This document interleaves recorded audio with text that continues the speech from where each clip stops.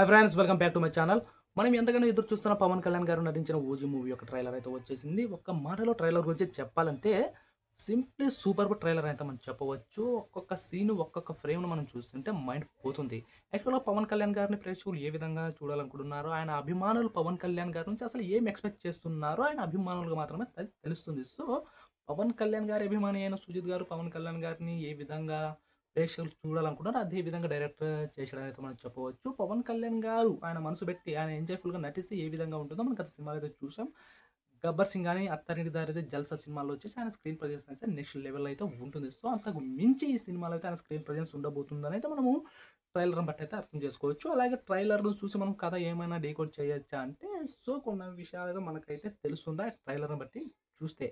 ముఖ్యంగా వచ్చేసి ఇదొచ్చేసి 'Mumbai mafia' బ్యాక్‌డ్రాప్‌లో cinema ఉండబోతుందయితే మనకు సినిమా అనౌన్స్‌మెంట్, టీజర్ వచ్చినప్పుడు మాత్రమే అర్థమైపోయింది. సో, యాక్చువల్‌గా ఇండియాలోని 90% మాఫియా బ్యాక్‌డ్రాప్‌లో వచ్చిన సినిమాలన్నీ 'గాడ్ ఫాదర్' మూవీనైతే పోలి ఉంటాయి. సో, ఈ సినిమా కూడా దాదాపు అంటే 'గాడ్ ఫాదర్' యొక్క బేసిక్‌నే ఫాలో అయినట్టయితే మనకైతే ఇంట్లో అయితే ట్రైలర్ బట్టి అయితే కనిపిస్తుంది. ముందుగా ఇంక స్టోరీ గురించి మనం చెప్పుకుంటే యాక్చువల్‌గా ముంబై మాఫియా బ్యాక్‌డ్రాప్‌లో ఉంటుంది కాబట్టి ముంబై వచ్చేసి మాఫియా కనుసన్నల్లోన సిటీ అయితే ఉంటుంది. ఆ మాఫియాను వచ్చేసి తన కనుసన్నల్లోనే తన హ్యాండర్‌లోనే డీల్ చేసే వ్యక్తి వచ్చేసి మనకు సత్య దాదాగా అయితే చూపించారు. ఆ సత్య దాదా ఎవరనేది ట్రైలర్‌లో అయితే మనకు సరిగ్గా అయితే ఫేస్ అయితే రివీల్ చేయలేదు. సో, ముంబై మాఫియా వచ్చేసి సత్యదాద చేతుల్లోనే కనుసన్నల్లోనే జరుగుతూ ఉంటుంది. సో, ఆయనకు అగైనెస్ట్‌గా ఒక చిన్న గ్రూప్ కావచ్చు, పెద్ద గ్రూప్ కావచ్చు, ఇంకో గ్యాంగ్ అయితే అది ఉంటుంది. అదే ఓమి గ్రూప్. ఓమి గ్యాంగ్. అది వచ్చేసి డీల్ చేసేది ఇమ్రాన్ హష్మి అయితే మనకైతే తెలుసు. సో, ఆ ఓమి గ్యాంగ్ ఏం చేస్తుందంటే ఒక ఆపరేషన్ అయితే చేస్తుంది. ఒకటి చేస్తుంది. అది ఏదో జనాలను చంపడం కావచ్చు, డ్రగ్స్ కావచ్చు, ఒక ఇష్యూ అయితే అవుతుంది. అది ఆయన చేతుల్లో దాటిపోయి చాలా పెద్ద ఇష్యూగా అయితే మారుతుంది. వాళ్ళు ఎంత కంట్రోల్ చేద్దాం అనుకుంటున్నప్పటికీ జనాలు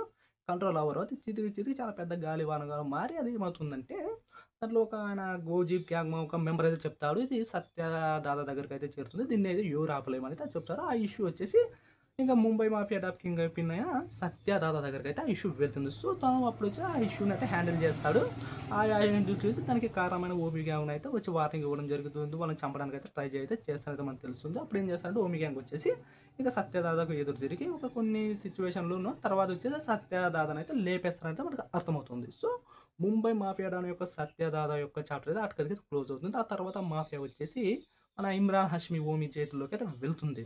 అప్పుడొచ్చేసి ఆయన ప్రజలను చాలా ఇబ్బంది పెట్టడం, మా యొక్క సత్యదాత ఒక గ్యాంగ్ వచ్చేసి ఒక్కొక్కరిని చంపుతూ వెళ్ళడం అయితే జరుగుతుంది. మరి అక్కడ వచ్చేసి సత్యదాత కూతురైతే ఉంటుంది. ఆమెని శ్రియారెడ్డి.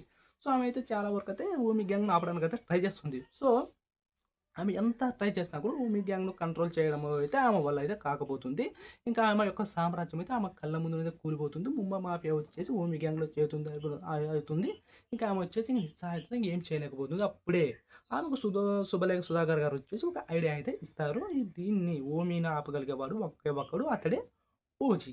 సో, ఓజీ వచ్చేసి ఓమిని ఆపగలిగిన ప్రపంచంలో ఒకే ఒక్కడైతే ఓజీ. అయితే ఓజీ ఎక్కడుంటాడంటే యాక్చువల్ ముంబైలో ఉన్నాడు. అతను 10 ఏళ్ల తర్వాత కొన్ని ఇష్యూస్ వల్ల జపాన్‌లో అయితే వెళ్తాడు. సో, జపాన్‌లో అక్కడ అతని యొక్క భార్య, అతని ఫ్యామిలీ ప్రియాంక అరుణ్ మోహల్‌తో అయితే ఉంటాడు. సో, అతన్ని రప్పించడానికి అప్పుడైతే ఓజీ గురించి అయితే డిస్కషన్ వచ్చింది. అప్పుడు అక్కడ ఫ్లాష్ బ్యాక్ అయితే ఓపెన్ అవుతుంది. యాక్చువల్‌గా మనకు పవన్ కళ్యాణ్ గారి సీన్స్, పోలీస్ స్టేషన్‌లో ఆయన చేసిన హడావిడి మొత్తం గుర్తుంటే ఆయన కూడా ఒక మాఫియా డాను. అది కూడా సత్యదాదాకి వచ్చేసి కొడుకైనా అయ్యుండొచ్చు. లేకుంటే పెంపుడు కొడుకైనా అయ్యుండొచ్చు. సో, 10 ఏళ్ల క్రితం ఆయన వచ్చేసి చాలా విధ్వంసం అయితే చేస్తాడు. మాఫియాని వచ్చేసి ఒక్క చేత్తో అయితే పిడికిలితో బిగించి అయితే చేస్తుంటాడు. సో, దానికి ఆయన వచ్చేసి కంట్రోల్ చేసుకోలేక సత్యదాద వచ్చేసి 2జీని అతన్నొచ్చేసి జపాన్‌కైతే పంపిస్తాడు. ముంబై నుంచి వచ్చేసి నగర బహిష్కరణ అయితే చేసేస్తాడు ఓజీని. సో, అక్కడ వచ్చేసి సత్యదాద కోరిక మేరకు ఆయన ఆర్డర్ ప్రకారం సోజీ అయితే అది వదిలివెళ్ళి జపాన్‌లో ఉంటాడు. సో, దాదాపు ఇంకా ఆమె వచ్చేసి ఓమిని ఆపడానికి ఓజీకొచ్చేసి కాల్ చేసి, "మళ్ళీ నువ్వొచ్చేసి ముంబైకి రావాల్సిన టైం అయితే వచ్చింది. సత్యదాదా ఇక మనకు లేరు. కాబట్టి నువ్వొచ్చి ఓమి గ్యాంగ్ యొక్క అంతు చూడాలి. మా గ్యాంగ్‌ని కంట్రోల్ చేయాలి" అని అయితే చెప్తారు. సో, అప్పుడొచ్చేసి ఓజీ వచ్చేసి ఓమికి కాల్ చేస్తాడనమాట. కాల్ చేసి, "నేనైతే ఇప్పుడైతే రాబోతున్నాను ముంబైకి. ఇక చూసుకుందాం, కాసుకుందాము" అని వచ్చేసి ఒక వార్నింగ్ అయితే ఇవ్వడం జరుగుతుంది. అప్పుడు వచ్చేసి వాళ్ళ దగ్గర అయితే డిస్కషన్ జరుస్తుంది ఓజీ గురించి. అదేంటంటే 10 ఏళ్ల క్రితం ముంబైలో వచ్చిన అన్ని తుఫాన్‌లొచ్చి ముంబైని మొత్తం అంతా క్లీన్ చేసి పడేసావు. కానీ అతన్ని నరికిన ఒక నెత్తురునైతే క్లీన్ చేయలేకపోయాయి. మరి అంతటి రక్త పిపాసి అయిన అంత డేంజరస్ అయిన ఓజీ అయితే మళ్ళీ రాబోతున్నాడు.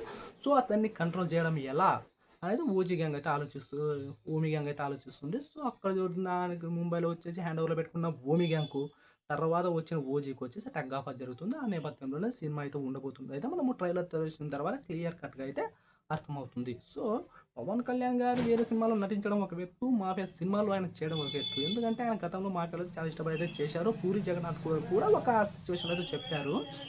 పవన్ కళ్యాణ్ గారికి మాఫియా స్టోరీ చెప్తే చాలు. ఆయన స్టోరీ అయితే వినరు. మాఫియా బ్యాక్‌గ్రౌండ్ అని తెలిస్తే చాలు. చేతిలో గన్నుంటే చాలు. మొదటి నుంచి లాస్ట్ వరకు కాల్చుకుంటూ వెళ్ళిపోతే అలాంటి సినిమాలు చూస్తే ఖచ్చితంగా చాలా ఇష్టపడి చేస్తారని అయితే చెప్పారు. సో, పవన్ కళ్యాణ్ గారు చాలా ఇష్టపడి క్యారెక్టర్ చేసినట్టు అయితే మనకైతే ఆయన బిహేవియర్ చూస్తే అర్థమవుతుంది. అది కూడా ట్రైలర్ నిన్న జరిగిన ప్రీ రిలీజ్ ఈవెంట్‌లో. సో, పవన్ కళ్యాణ్ గారు అత్యంత ఇష్టంతో చేస్తున్న సినిమా. పవన్ కళ్యాణ్ గారి అభిమానులు కూడా చాలా ఇష్టంతో వెయిట్ చేస్తున్న సినిమా.